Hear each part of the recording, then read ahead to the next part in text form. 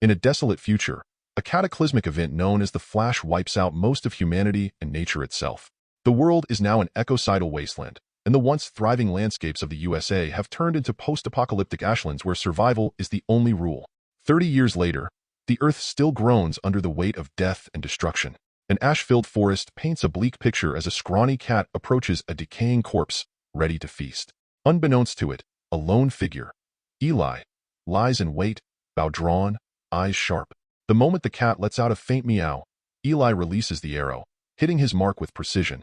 Another small victory in the harsh battle for survival. Eli retrieves the cat's body, adding it to his meager supplies as he continues on his solitary journey through the ruins.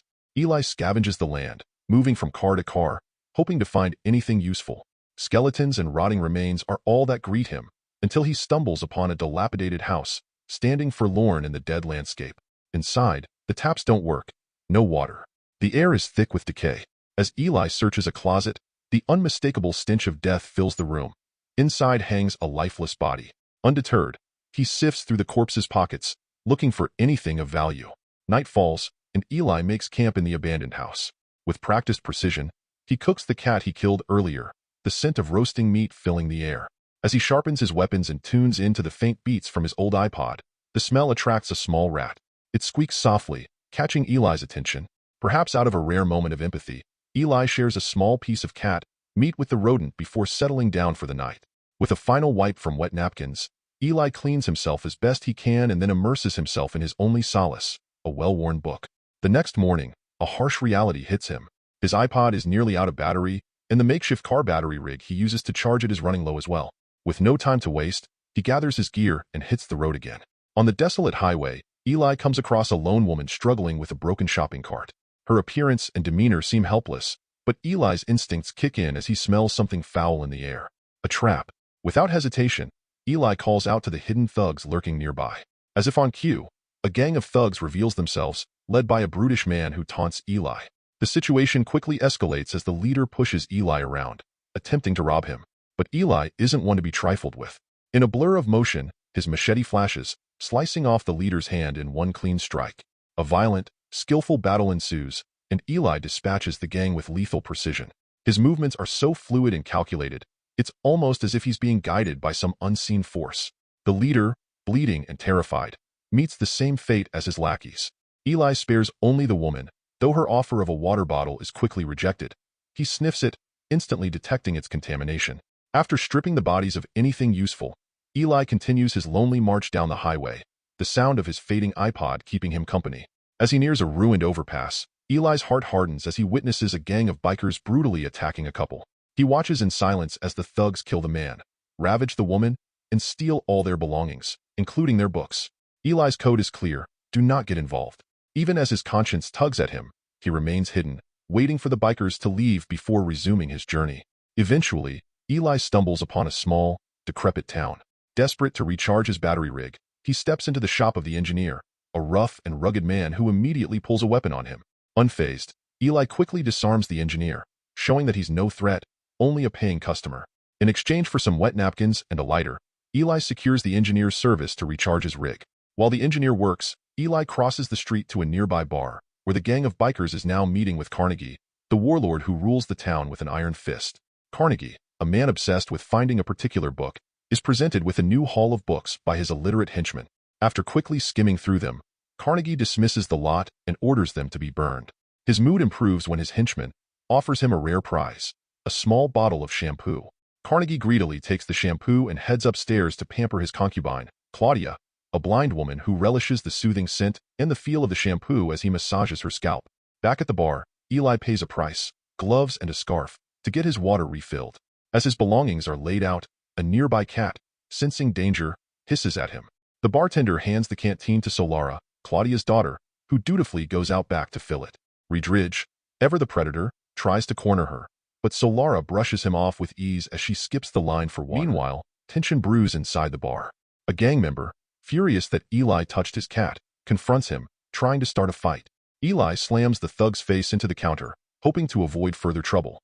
But trouble follows him like a shadow, and soon the entire gang turns on him. With no other choice, Eli draws his machete and expertly takes down the gang members, dispatching them with brutal efficiency. The floor is soon littered with bodies, all except for one thug, whose life Eli is about to end when Solara returns, begging him to stop. Eli hesitates, if only for a moment. Eli's quiet journey takes a deadly turn. He becomes the center of attention when a minor distraction leads to his capture. Carnegie, a power-hungry tyrant obsessed with expanding his control, recognizes something different in Eli. Carnegie, intrigued by the stranger's composure and skill, offers him a position in his ranks, but Eli isn't interested. Carnegie, refusing to let a valuable asset slip away, forces Eli to stay the night. That evening, Eli encounters Claudia, Carnegie's blind servant, when she brings him food. Instantly recognizing her blindness, Eli probes her with questions about her life, drawing out pieces of her tragic past. But before long, Carnegie's more sinister plan reveals itself when he sends his stepdaughter, Solara, to Eli's room with the intent to seduce him. Eli, however, refuses her, wanting no part in Carnegie's twisted manipulations. Solara, fearful of what will happen to her mother, pleads with Eli, explaining that Carnegie will harm Claudia if she doesn't comply. Reluctantly, Eli allows her to stay but maintains his distance. As the night wears on, Solara, curious about the stoic wanderer, begins asking questions about life before the Flash, the cataclysmic event that destroyed society. Eli shares snippets of his memories, painting a picture of a world long lost. Solara, fascinated, stumbles upon Eli's most prized possession, a worn, ancient book. Her excitement at discovering something from the old world quickly turns to frustration as she realizes she can't read it. Eli, protective of the book's secrets, immediately covers it, refusing to divulge its contents. Instead, he shares his food with her and teaches her how to say grace, something that hasn't been done in years. The next morning, Solara innocently recites the prayer in front of Claudia and Carnegie. Shocked and suspicious, Carnegie demands to know where she learned it. When Solara hesitates, Carnegie violently threatens Claudia, pushing Solara to confess that Eli possesses a book marked with a strange symbol, a cross. Carnegie's eyes light up with understanding. He has been searching for one thing to cement his control over the broken world, a Bible. In the aftermath of the Flash, nearly all the Bibles were destroyed, but Eli has the last one. Ecstatic, Carnegie goes to retrieve the book. However, when he and his men storms Eli's room, they find it empty. Eli is already gone. Furious, Ridge kills the guard responsible and orders his men to scour the town.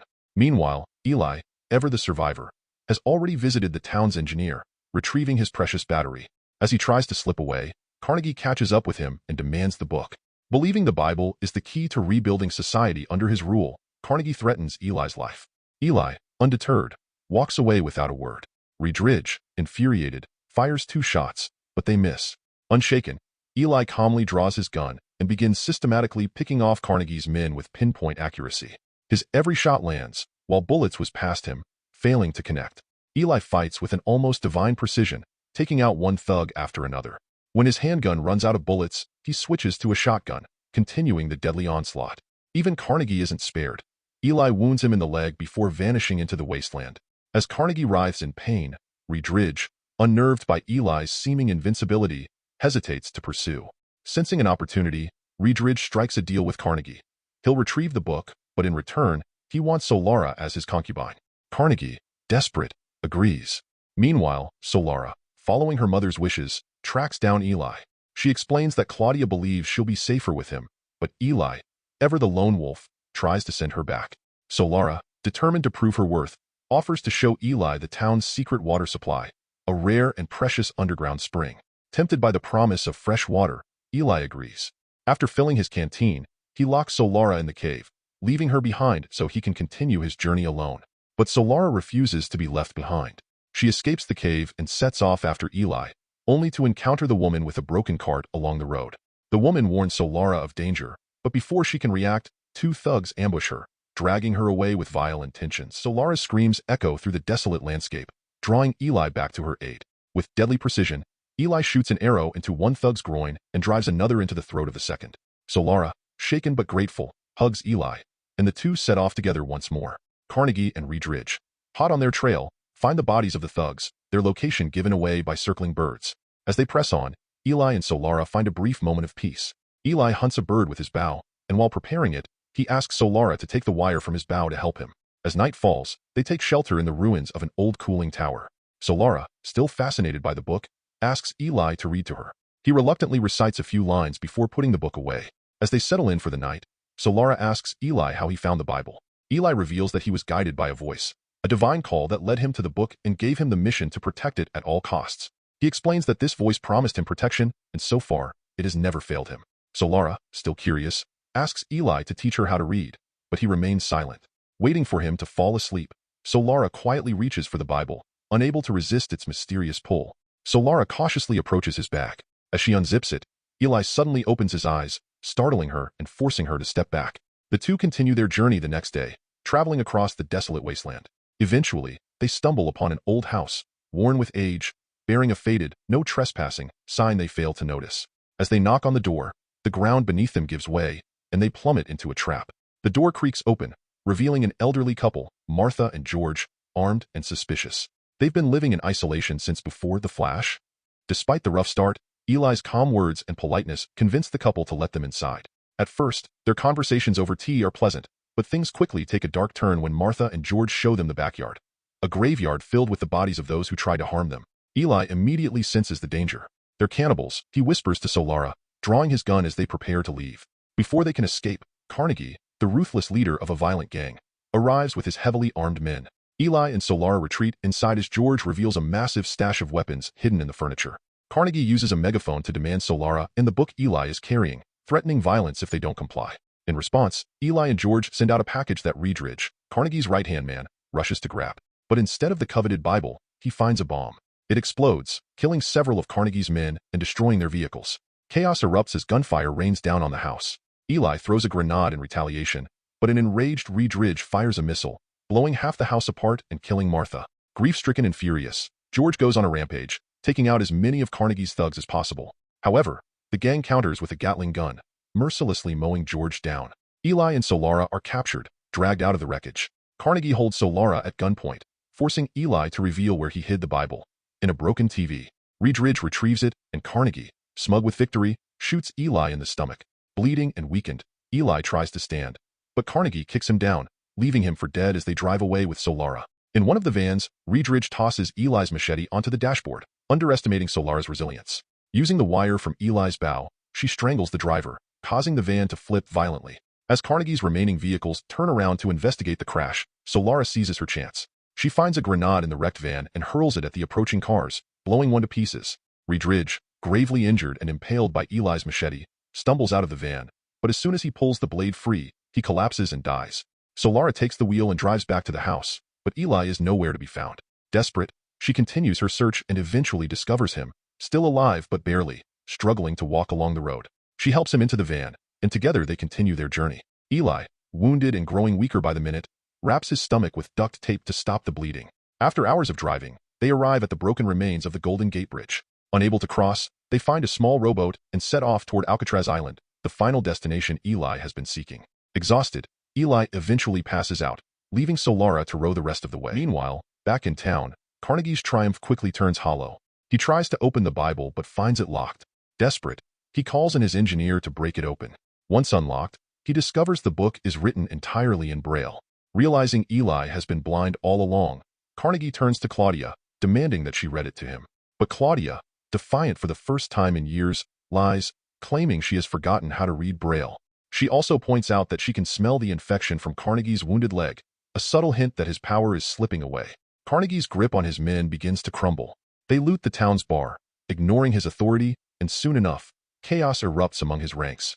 With no one left to follow him and his body deteriorating from the infection, Carnegie collapses into despair, watching helplessly as everything he built falls apart. At Alcatraz, Solara and Eli are greeted by armed guards who initially refuse them entry. Eli, with his last bit of strength, convinces them to let him in, telling them he possesses a Bible. Inside, they meet a curator who has dedicated himself to preserving humanity's history in hopes of rebuilding the world someday. When the curator reveals that they don't have a copy of the Bible, Eli finally reveals the truth. He has memorized it entirely. Despite his worsening condition, Eli begins dictating the Bible to the curator, reciting every word from memory. The process takes time, with Eli taking breaks to rest, shave, and change into clean clothes. As the days pass, the Bible is finally completed, and with his mission fulfilled, Eli dies peacefully, succumbing to his injuries. Solara attends Eli's burial in the garden of Alcatraz's courtyard. As a newly bound copy of the Bible is added to the curator's collection, Solara makes her decision. Armed with Eli's machete and listening to his iPod, she sets off, ready to return home and continue Eli's legacy. Thanks for joining us on this epic post-apocalyptic journey with the Book of Eli.